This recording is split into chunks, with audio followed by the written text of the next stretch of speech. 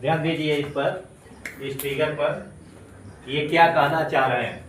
Alfred Harsh व Martha chess का प्रयोग। ठीक है, अब ध्यान दीजिए, एकदम ध्यान देंगे समझ में आ जाएगा। थोड़ा सा दिमाग लगाइए इधर। वैज्ञानिक का नाम याद रखिएगा, अल्फ्रेड हर्श व मार्था चेस का प्रयोग। ये क्या प्रयोग करना चाहते हैं? तो ये प्रूफ करना ये चाह रहे हैं कि डीएनए आनुवंशिक पदार्थ है कि प्रोटीन आनुवंशिक पदार्थ है। ये प्रोटीन है, ये प्रोटीन है, और इसके अंदर ये आनुवंशिक पदार्थ चाहे जो भी हो, न्यूक्लिक एसिड, अभी इसको प्रूफ करना है कि ये जो न्यूक्लिक एसिड है वो, और ये बाहर खोल प्रोटीन, इसमें से कौन आनुवंशिक पदार्थ है? इसमें से कौन आनुवंशिक पदार्थ? यानी ऐसे समझिए कि इन्होंने प्रूफ करना चाहा कि न्यूक्लिक अम्ल में जो ये डीएनए है वो आनुवंशिक पदार्थ है, इसके बाहर जो खोल पाई जा रही है प्रोटीन, ये आनुवंशिक पदार्थ है। इसी को प्रैक्टिकल वो करना चाह रहे हैं, क्योंकि जो चैप्टर आपका है वंशागत का आणविक कथा, तो उसमें वैज्ञानिक ये सिद्ध करना चाह रहे हैं कि कौन सा जो है आनुवंशिक पदार्थ। इतना क्लियर हुआ? किसको ये सिद्ध करना चाह रहे हैं कि प्रोटीन आनुवंशिक पदार्थ है कि डीएनए आनुवंशिक पदार्थ है। इतना बात क्लियर हो गई? क्या सिद्ध करना चाह रहे हैं?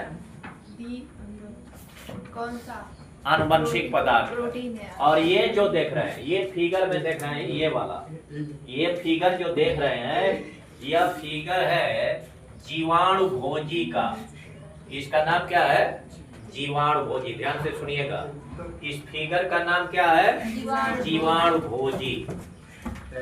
इस फिगर का नाम है जीवाणु भोजी, याद रखिएगा, जीवाणु भोजी।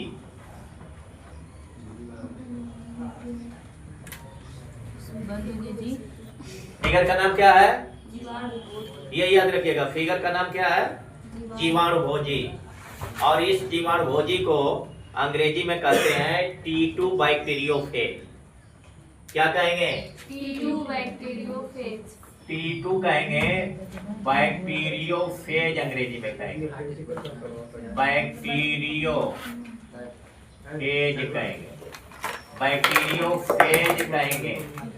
ये देखिए, ध्यान सुनिएगा, ये जीवाणु भोजी है। और जीवाणु भोजी क्या है? जीवाणु का भोजन करने वाला।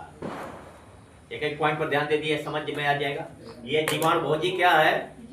जीवाणु को भोजन ग्रहण करता है। यानी जब भी इसको भोजन करने की जरूरत है, जब भी अपना संतान बढ़ाने की जरूरत है, जब भी आपका अपना वंश वृद्धि करने की जरूरत है, जब भी अपना प्रोजीनी बढ़ाने की जरूरत है, जब भी अपना संतान उत्पन्न करने की जरूरत है, तो ये किसके पास जाएगा? बैक्टीरिया के पास जाएगा। ये क्या है? ये जो देख रहे हैं ई कोलाई जीवाणु है। ये क्या है? ई कोलाई जीवाणु है। ई कोलाई जीवाणु है। क्या इसका नाम कहेंगे? ई कोलाई जीवाणु कहेंगे। क्लियर? ये क्या है? एक जीवाणु भोजी वायरस है, वायरस है ये। और ये क्या है? जीवाणु है। ये क्या है? जीवाणु। इतना क्लियर हो गया? ये क्या है? वायरस है। ये क्या है? जीवाणु है। इस वायरस का नाम क्या है? बैक्टीरियोफेज। कौन सा बैक्टीरियोफेज है? T2 bacterio. और ये क्या है? जीवाणु। इस जीवाणु का नाम क्या है?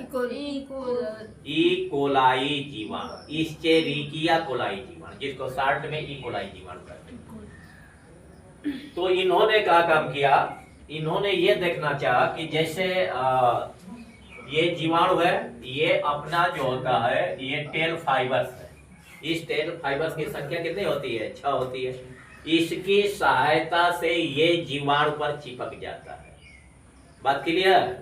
यह जो वायरस है वह जीवाणु पर अपने पूछ तंतु, इसको पूछ तंतु कहेंगे, पूछ तंतु कहेंगे, इसको कहेंगे पूछ तंतु। इसके जरिए जो होता है यह चिपक जाता है। किससे चिपक जाता है? जीवाणु से। ये आकर के चिपक गया ना, चिपक जाता है।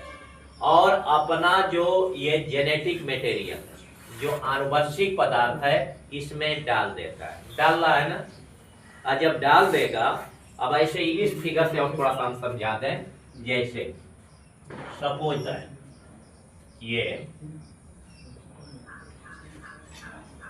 ये देखिए, ये एक जीवाणु है। इस फिगर को और आसान तरीके से हम समझा दे रहे हैं। ये देखिए, यहाँ जो है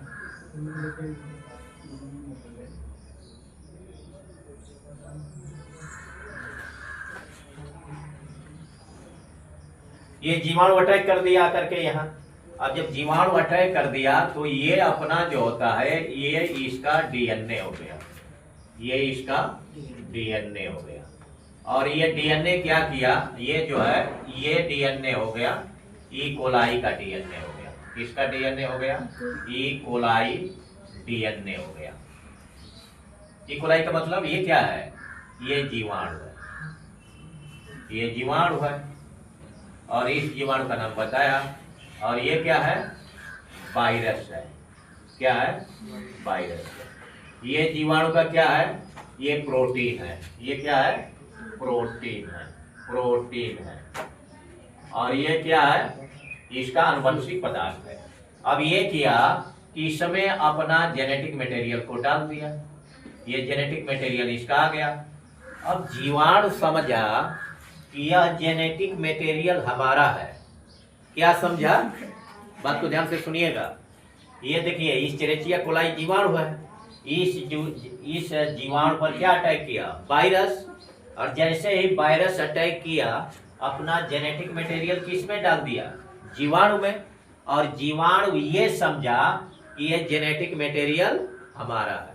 अब क्या किया ये कि यह जो होता है, अब ये धीरे धीरे इसके पूरे जेनेटिक पदार्थ जो है पूरा मटेरियल ले करके और ये पूरा गुणन करने लगा। ये जीवाणु में जा करके ये गुणन करने लगा। तो अभी इसका आकार देखिए ऐसे हो गया। ये अब ये पूरा अपना मटेरियल दे दिया। अब इसमें आकर के ये इस चेरेचिया कोलाई का डीएनए है। अब ये आकर के इसमें अपनी संख्या बढ़ाने लगेगा। ये आकर के अपनी संख्या बढ़ाना शुरू किया, ये संख्या। और ये इसका जो होता है टेल फाइबर्स हो गया। ये अपनी संख्या जो होता है काफी बढ़ाना शुरू किया। ये संख्या बढ़ाना शुरू किया अपना। और धीरे धीरे जब संख्या बढ़ी तो ये सेल डैमेज हो गई। और ये जब सेल डैमेज हो गई तो पुनः जो होता है ये जो वायरस है ये सब अलग हो गए। ये वायरस जो होता है सब अलग हो गए। ये वायरस अलग हो गए। तो इस प्रक्रिया को हम कहते हैं पारक्रमण। क्या कहते हैं? पारक्रमण कहते हैं। ट्रांसडक्शन कहते हैं। क्या कहते हैं? ट्रांसडक्शन कहते हैं।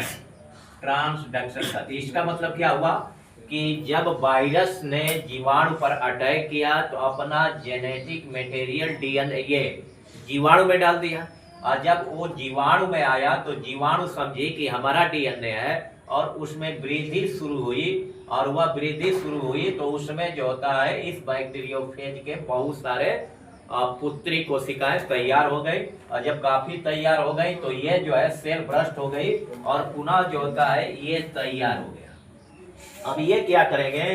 पुनः न्यू सेल पर अटैक करेंगे। पुनः जो होता है न्यू सेल पर ये अटैक करेंगे। तो इसको पारक्रमण करते हैं। इसी चीज को ध्यान में रख करके अल्फ्रेड हर्ष मार्था चेस ने अपना प्रयोग किया।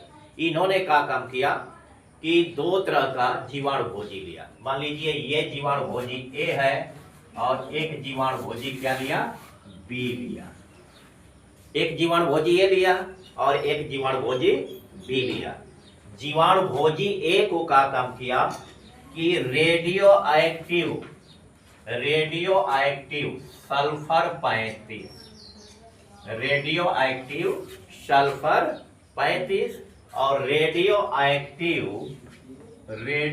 एक्टिव फास्फोरस 32 में कल्चर कराया। 32 में कल्चर कराया। और जब 32 में कल्चर कराया तो जैसे मान लीजिए ये है, इसमें क्या डाल दिया, इसमें डाल दिया S35 डाल दिया।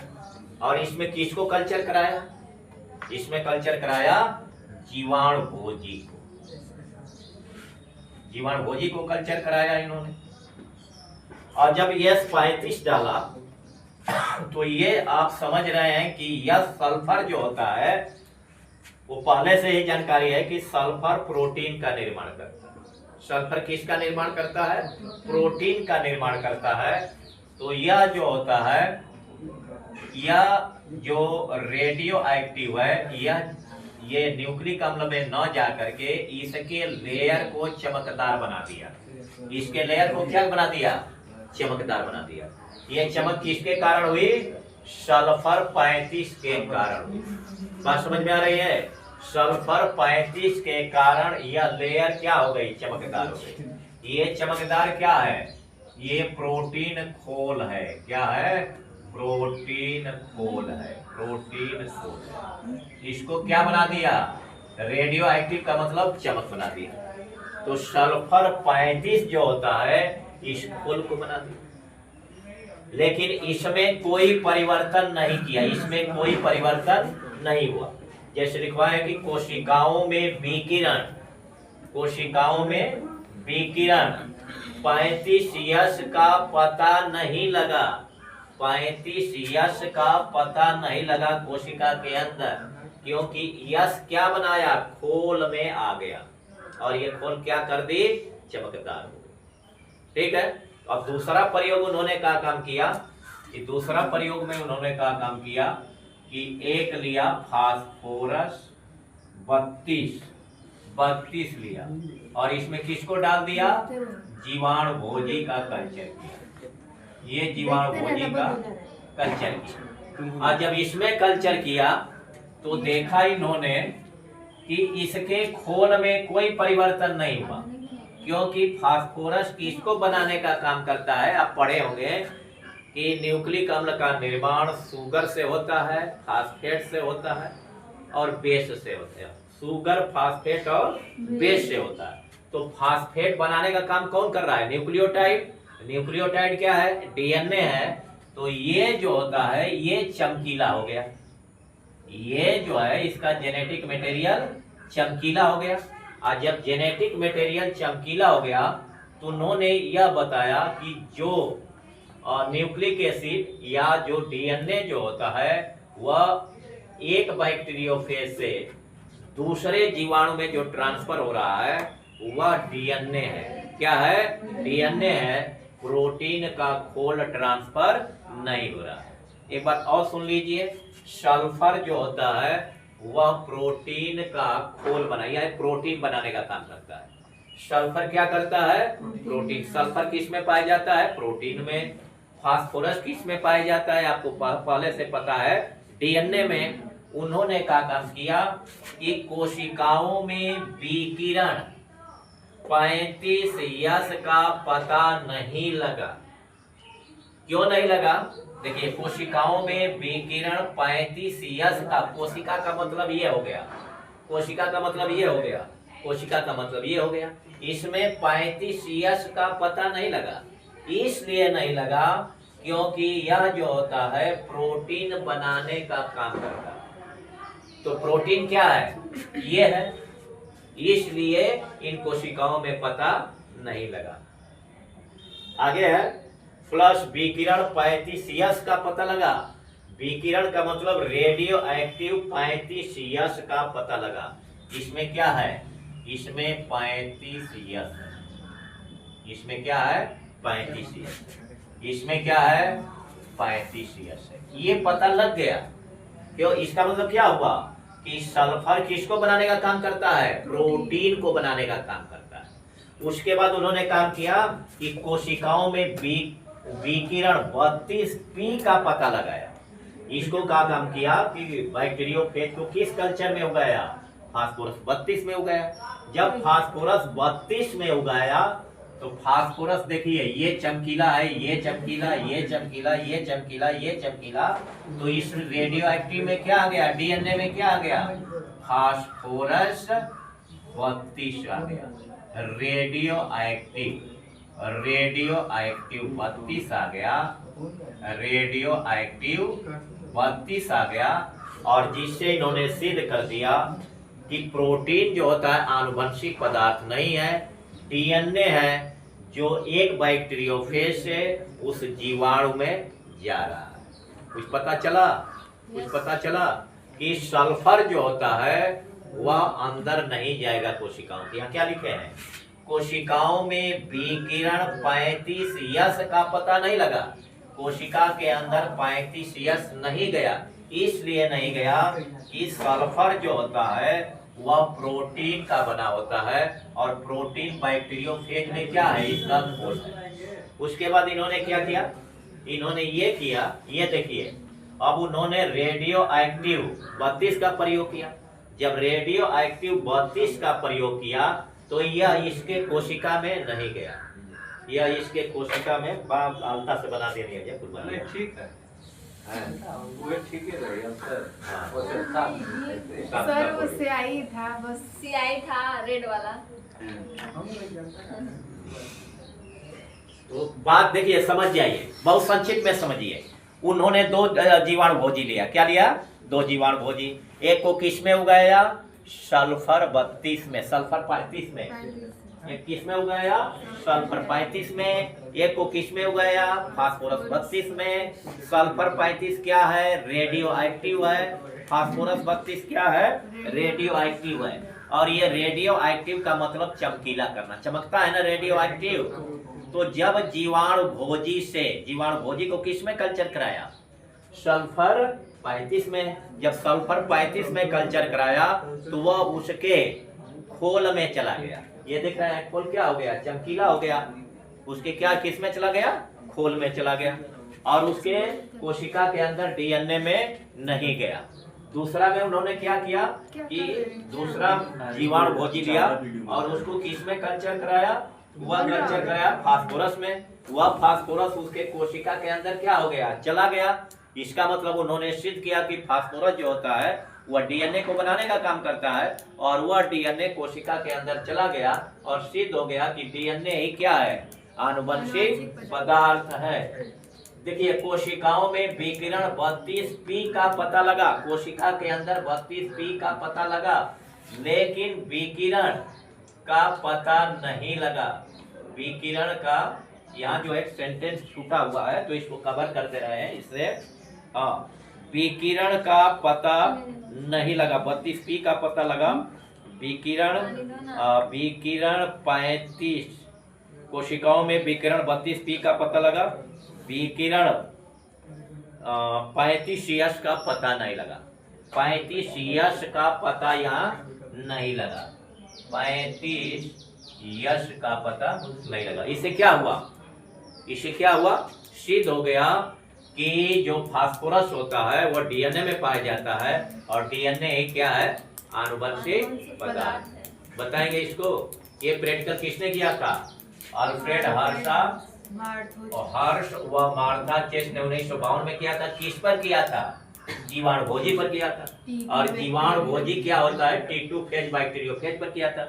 जीवाणु भोजी का भोजन क्या है, जीवाणु है। वह जीवाणु क्या है, एस्चेरिचिया कोलाई है। वह अपना डीएनए एस्चेरिचिया कोलाई में डालता है। एस्चेरिचिया कोलाई समझती है कि हमारा डीएनए है, और उसका जो होता है वो गुणन करने लगती है, और उसके शरीर में बहुत सारे बैक्टीरियोफेज बन जाते हैं। इस प्रक्रिया को पारक्रमण कहते हैं, माने पार करके आक्रमण, ट्रांसडक्शन कहते हैं। और इसी विधि का प्रयोग अल्फ्रेड हर्ष व मार्था चेस ने प्रयोग किया था। उन्होंने 2 रेडियो एक्टिव पदार्थ लिया, एक में उन्होंने सल्फर 35 का प्रयोग किया और एक में फास्फोरस 32 का प्रयोग किया। जब सल्फर 35 वाले रेडियो एक्टिव में बैक्टीरियोफेज को ग्रो कराया तो उसके खोल में जो होता है वह सल्फर पहुंचा और वो चमकीला हो गया। और उसके बाद उन्होंने बैक्टीरियोफेज को फास्फोरस 32 नामक रेडियो एक्टिव में कल्चर कराया। जब कल्चर कराया तो उसको खोल में वह गुण नहीं गया, उसके डीएनए में गया। और एक पीढ़ी से दूसरे पीढ़ी में गया, इससे सिद्ध हो गया कि डीएनए क्या है, आनुवंशिक पदार्थ है। कोई कठिन है, बहुत आसान है ये अल्फ्रेड। तो इसको देख लीजिएगा, ये जो चमकीला पदार्थ बनाया गया ये क्या है, प्रोटीन। प्रोटीन है। ये रेडियो एक्टिव प्रोटीन खोल है, इसमें क्या गया है आप बता सकते हैं, इस रेडियो एक्टिव में क्या गया है, ये सल्फर 35 गया है, इसके खोले में रह गया। और यहाँ क्या गया है, इसके जेनेटिक मटेरियल में क्या गया है, फास्फोरस 32 गया है, फास्फोरस 32 गया है, ये फास्फोरस 32 गया। और इसके लिए उन्होंने क्या किया कि देखिए, इसके लिए उन्होंने एक अल्ट्रा सेंट्रीफ्यूज कराया। तो जब अल्ट्रा सेंट्रीफ्यूज कराया तो ये जो होता है, जो भारी पदार्थ है नीचे, न्यूक्लिक अम्ल वाला नीचे बैठ गया, ऊपर वाला जो होता है हल्का होता है ऊपर आ गया। इसको सेंट्रीफ्यूज कराया, इसको भी सेंट्रीफ्यूज कराया, तो इसमें हल्का पदार्थ ऊपर हो गया, भारी पदार्थ नीचे बैठ गया। और इसमें जो जेनेटिक मटेरियल था वह फास्फोरस था, फास्फोरस में पहुंचा, और इसमें सल्फर, ये जो होता है खोल में पहुंचा। इस आधार पर उन्होंने सिद्ध कर दिया कि डीएनए क्या है, एक पीढ़ी से दूसरे पीढ़ी। अब ये प्रोटीन नहीं ना आएगा इसमें, यदि ये सल्फर है तो कहाँ पहुंचा है, सल्फर तो ऊपर रह गया, और फास्फोरस कहाँ पहुंच गया, अंदर पहुंच गया। तो सिद्ध हो गया कि डीएनए क्या है, आनुवंशिक पदार्थ है। तो इसको मन चाहे बनाना हो तो बना लीजिए। ये जीवाणुभोजी समझ गए क्या चीज होता है। और ये समझ लीजिए कि सन 1989 में मेडिकल एग्जाम में ये सवाल पूछा गया कि जीवाणुभोजी की खोज किसने की थी। तो जीवाणुभोजी की खोज जिसने की थी उनका नाम है, ये भी जान लीजिए, टवार्ट एवं डी हेरल। टवार्ट एवं डी हेरिल ने खोज की थी। और ये सीपीएमटी पहले चलती थी, और 1989 में ये सीपीएमटी में सवाल पूछा गया था। और आपके यूपी बोर्ड में भी इससे बहुत सारे सवाल और कंपटीशन में बनते हैं। सर क्या है पहला नाम, टवार्ट एवं डी हेरिल ने इसकी बैक्टीरियोफेज की खोज की थी। यह बैक्टीरियोफेज क्या होता है, हिंदी में जीवाणुभोजी कहेंगे, और इसका भोजन क्या होता है, जीवाणु होता है। अपना गुणन किस पर करता है, अपना वंश किस में बढ़ाएगा, जीवाणु में बढ़ाएगा। जब भी अपनी संख्या बढ़ानी है, जब भी अपना वंश वृद्धि करनी है, तो किसके पास जाएगा, जीवाणु के। और जीवाणु पर जाकर के क्या करेगा, अपने टेल फाइबर से चिपक जाएगा। तो इसी का उन्होंने प्रयोग किया था। कहे कि थोड़ा सा देख ले जीवाणुभोजी में। और इसको जानने के लिए क्या किया था, रेडियो एक्टिव प्रैक्टिकल किया। किस पर प्रैक्टिकल किया था, रेडियो एक्टिव। सल्फर ले लिया था और इधर क्या लिया था, फास्फोरस। सल्फर लेकर के देखे कि वो कहाँ जा रहा है, तो सल्फर पहुंच गया उसके खोल में, चमकीला हो गया क्योंकि रेडियो एक्टिव था। फास्फोरस लिए तो कहाँ पहुंच गया, उसके कोशिका के अंदर पहुंच गया, उसके डीएनए में पहुंच गया, और डीएनए क्या हो गया, चमकीला हो गया। और जब डीएनए चमकीला हो गया तो कहे कि कौन अंदर जा रहा है, कोशिका के अंदर कौन जा रहा है, डीएनए जा रहा है। तो इस आधार पर उन्होंने सिद्ध कर दिया कि डीएनए ही क्या है, एक आनुवंशिक पदार्थ है। और सिद्ध हो गया कि अब डीएनए ही एक पीढ़ी से दूसरे पीढ़ी में जाता रहता है। प्रूफ हो गया। तो क्वेश्चन करा दे इस पर। सर पेपर में पेंसिल से हाँ, पेंसिल से ड्रा करिएगा, चित्र बनाइएगा। अब बताइए यदि इसमें कोई कठिनाई है तो बता दीजिए। सल्फर कहाँ गया, सल्फर रेडियो एक्टिव है ना, तो जा करके खोल को चमकीला कर दिया। अब फास्फोरस कहाँ गया, अंदर गया, तो अंदर क्या जाता है, डीएनए। तो डीएनए ही क्या हो गया, आनुवंशिक पदार्थ हो गया। और इसके लिए उन्होंने किसका प्रूफ किया था, रेडियो एक्टिव का प्रूफ किया था। सल्फर लिया था और क्या लिया था, फास्फोरस लिया। तो आपको पता है कि फास्फोरस किसका निर्माण करता है, न्यूक्लिक अम्ल का। न्यूक्लिक अम्ल में फास्फोरस मिल करके क्या बनाएगा, डीएनए बनाएगा। उसके बाद आरएनए में भी पाया जाता है। तो यह प्रूफ हो गया कि डीएनए क्या है, आनुवंशिक पदार्थ है। तो आप जान चुके हैं, पहले से जान चुके हैं। ये प्रक्रिया तो आपको पता है ना, ये प्रक्रिया आपको पता है कि डीएनए का निर्माण किससे होता है, डीएनए का निर्माण किससे होता है? डीएनए का निर्माण किससे होता है? शुगर से होता है, बेस से होता है और फास्फेट से होता है। ये तो पहले से आपको पता है। और यही फास्फेट लिया गया था रेडियो एक्टिव। रेडियो एक्टिव क्यों लिया गया? रेडियो एक्टिव इसलिए लिया गया कि वो पता चले कि चमकीला कौन है। पते नहीं चलेगा, साधारण लिया होते तो पते नहीं चलेगा, इसलिए रेडियो एक्टिव लिया। और रेडियो एक्टिव आपको पता है कि वह चमकीला होता है, चमकता रहता है, इसलिए उन्होंने इस प्रेडिकल को सिद्ध कर दिया। तो कोई कठिन नहीं है, बहुत आसान तरीके से बताया गया। ये फास्फोरस जो होता है ये न्यूक्लिक अम्ल को बनाने में काम करता है, और जो सल्फर होता है यह किसका अवशेष होता है, किसको बनाने में भाग लेता है? प्रोटीन का। तो यदि आपसे पूछा जाएगा कि बैक्टीरियोफेज में जो बाहरी खोल होता है उसको क्या कहते हैं? बैक्टीरियोफेज के बाहरी भाग को क्या कहते हैं? प्रोटीन। क्या कहते हैं? प्रोटीन। और ये प्रोटीन किससे बना है? कैप्सिड से। ये किससे बना है? कैप्सिड। ये कैप्सिड है, ये कैप्सिड है। और इसका क्या है? ये डीएनए है। क्या है? डीएनए है। तो बाहर के खोल को कैप्सिड, और कैप्सिड क्या है? ये प्रोटीन है, ये प्रोटीन। तो अब क्वेश्चन करा दें इस पर। चलिए क्वेश्चन करा दें, लिखिए पहला क्वेश्चन। क्वेश्चन भी इस पर करा दें।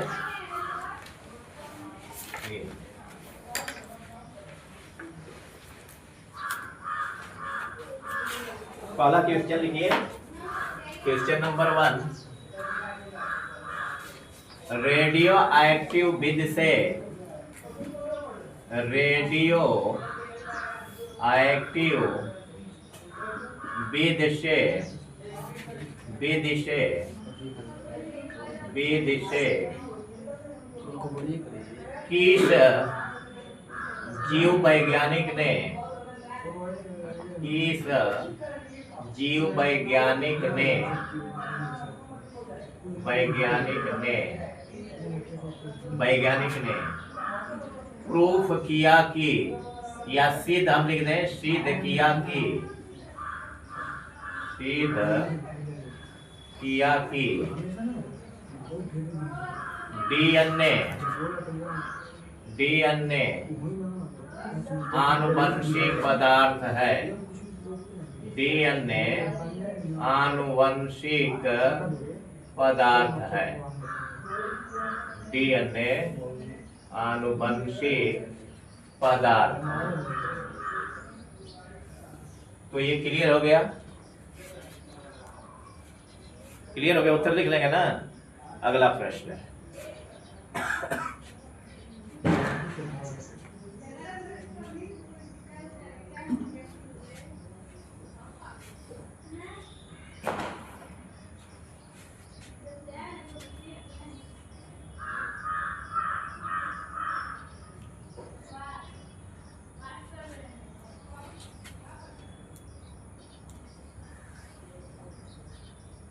चलिए अगला प्रश्न।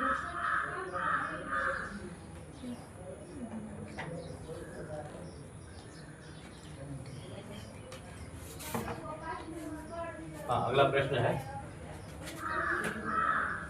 न्यूक्लिक अम्ल में, न्यूक्लिक अम्ल में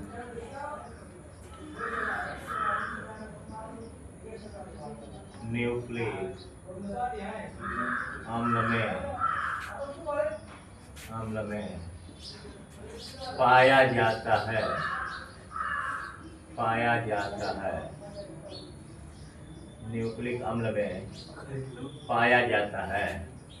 पहला लिखेंगे सल्फर, दूसरा लिखेंगे नाइट्रोजन, नाइट्रोजन, तीसरा लिखेंगे फास्फोरस, फास्फोरस, चौथा लिखेंगे, चौथा लिखेंगे आर्गन, आर्गन। ये भी ठीक है, ये भी सवाल कर लेंगे। न्यूक्लिक अम्ल में, हाँ, न्यूक्लिक अम्ल पाया जाता है सल्फर, नाइट्रोजन, फास्फोरस, आर्गन। ठीक है। हाँ, फास्फोरस पाया जाता है, वह भी सवाल सही है। अगला लिखिए, अगला प्रश्न। हाँ, ये हो गया ना। अगला प्रश्न लिखा जाए।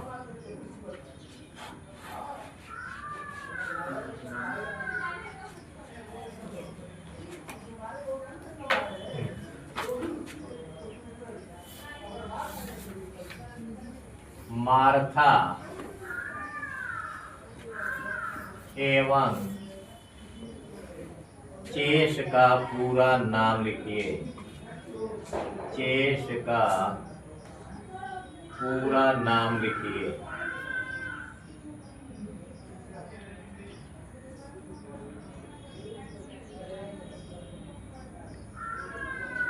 मार्था एवं चेस का पूरा नाम लिखिए। सर मार्था और चेस एक ही थे ना, दो वैज्ञानिक है ना। तो हर्ष और मार्था चेस थे ना। हाँ, और हर्ष व मार्था चेस।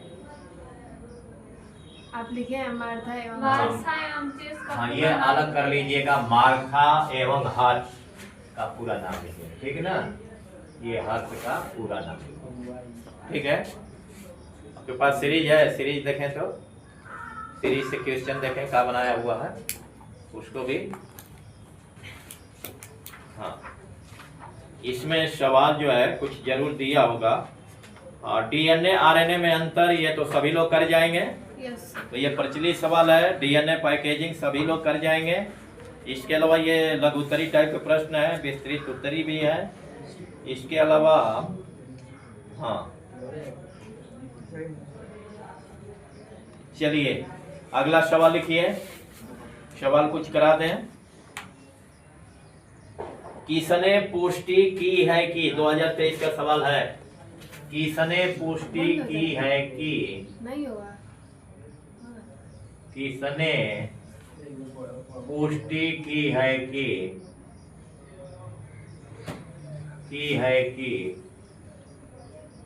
किसने पुष्टि की है कि हाँ, इसको लिख लिया जाए। किसने पुष्टि की है कि डीएनए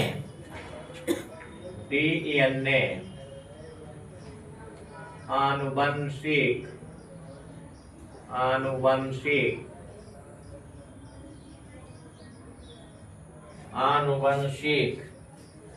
पदार्थ है।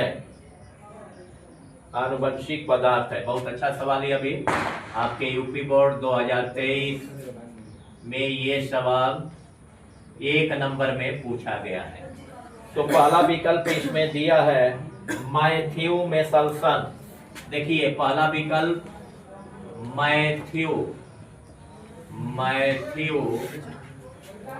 मेसल्सन।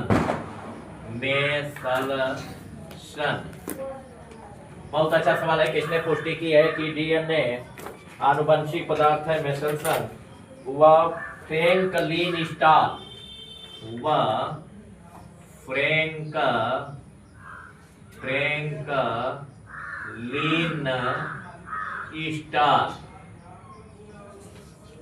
स्टार। सेकंड विकल्प लिखिए। सेकंड विकल्प इसका होगा अल्फ्रेड हर्शे व मार्था चेस। अल्फ्रेड हर्शे एवं मार्था चेस।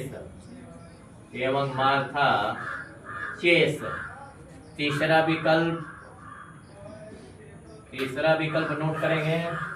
तीसरा विकल्प है वीडल एवं टेटम।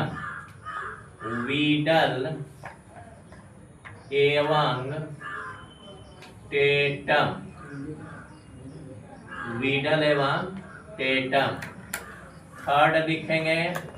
थर्ड के बाद फोर्थ आ गया। फोर्थ है वाटसन एवं क्रीक। वाटसन एवं क्रीक।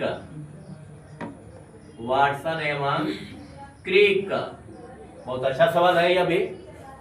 तो इसको अभी पढ़ा है, सभी लोग कर जाएंगे। देखिए इसने पुष्टि की है कि डीएनए आनुवंशिक पदार्थ है, जिसको 2023 की बोर्ड परीक्षा में इसी तरह से उठाया गया है। तो मैथ्यू मेसेल्सन एवं फ्रैंकलिन स्टाल के बारे में जो होता है जानते नहीं, ये न प्रूफ नहीं कर पाया कि डीएनए आनुवंशिक पदार्थ है। वाटसन एवं क्रिक, ये वाटसन एवं क्रिक डीएनए की संरचना का मॉडल दिया था। बीडर एवं टेटम का इससे संबंध नहीं है। अल्फ्रेड हर्शा एवं मार्थ चेस। तब तो ये क्लियर हो गया। सन भी याद रखेंगे किस सन में ये हुआ था, 1952 में। तो क्लोज कर दीजिए, आज इतना ही। ठीक है।